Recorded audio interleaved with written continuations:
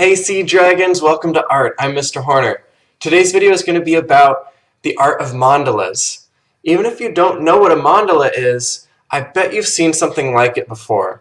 We're going to look at some mandalas from around the world, and then we're going to make our own mandala art. Mandalas are circles of patterns. And what's really interesting about them is on almost every continent around the world, there's cultures that do some kind of mandala art.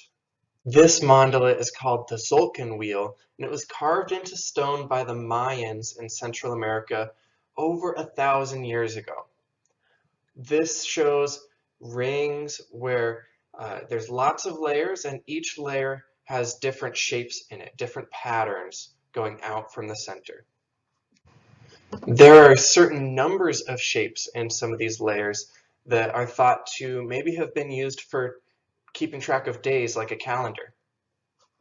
This is the ceiling of a mosque in Turkey, and near the center we can see some calligraphy writing from the Quran, which is really common in Islamic art. Calligraphy writing is a really important part of Islamic art. So we see that here, and we also see more patterns going out from the center. This is the inside of a big dome, and there's lots of other amazing mosques in the world, all with unique, different patterns in the buildings.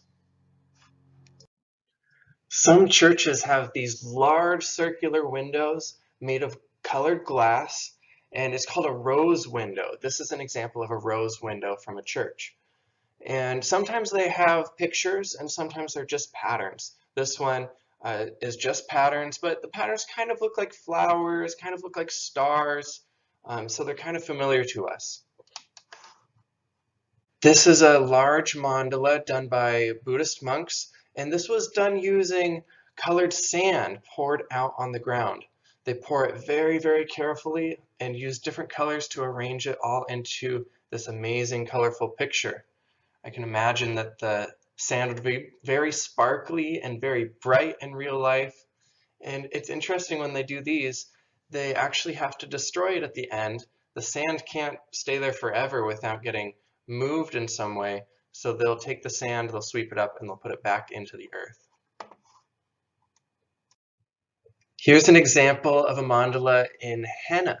Henna is a special kind of paint that's used to do temporary tattoos on people in many cultures around the world. This is a cool example where you can see right on the back of the hand these layers of circles with different shapes inside them, creating a mandala. Henna designs like this are often done when there's a holiday or a wedding or some other special day that they want to celebrate with all these amazing special designs. All right, get your paper and pencil ready. We're going to start making our mandalas. You're going to see that they're not just awesome to look at, but they're really relaxing to make. Let's try it out. I'm going to show you an example of how, if you're a beginner with mandalas, you can just start with some circles and create patterns in those, and it'll turn into something beautiful. But with all those mandalas you just saw, you know that there's unlimited ways you could do this. I'd really like to see you, maybe you practice with me, but then you go and make your own mandala with all your own patterns and all your own colors. So to start, I'm going to do 4 circles. I'm going to do one small one. I'm going to keep going around those, making all of my circles, coming out from the center. 3 and 4. You could trace something that's a circle if you wanted to. Like if you have a bottle or a cup, you could trace that to make perfect circles, but I like mine the way they are. Now let's start in the middle, and in here I'm just going to do some lines. I'm going to make a pattern of lines. Going to the next layer, I want to do a different pattern. This time I think I'll do some dots.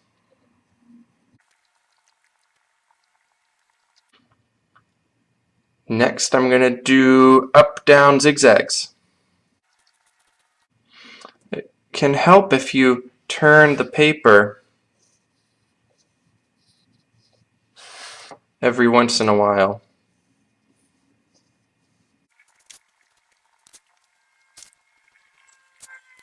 There, we're all the way around. Now we're going to go around the outside of that one. I think I'll do some kind of box shapes.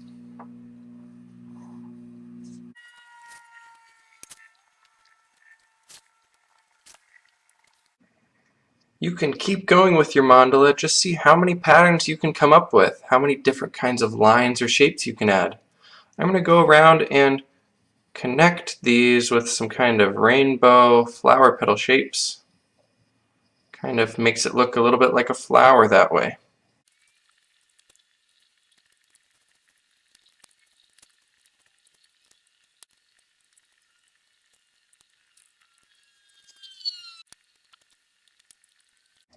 Now choose something to color with and carefully color all of your shapes.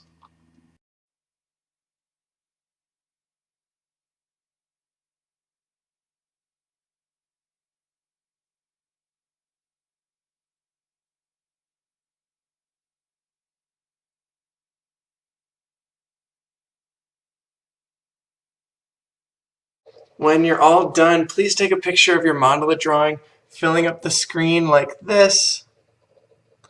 Go ahead and put it onto Seesaw, and I'd like to hear what's the most exciting thing you learned about mandalas or about making mandalas.